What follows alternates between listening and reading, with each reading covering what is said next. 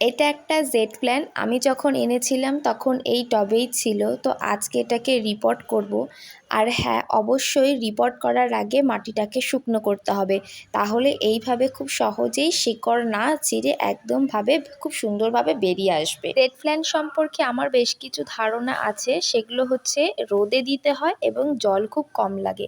এছাড়া আমার কোনো ধারণা নেই।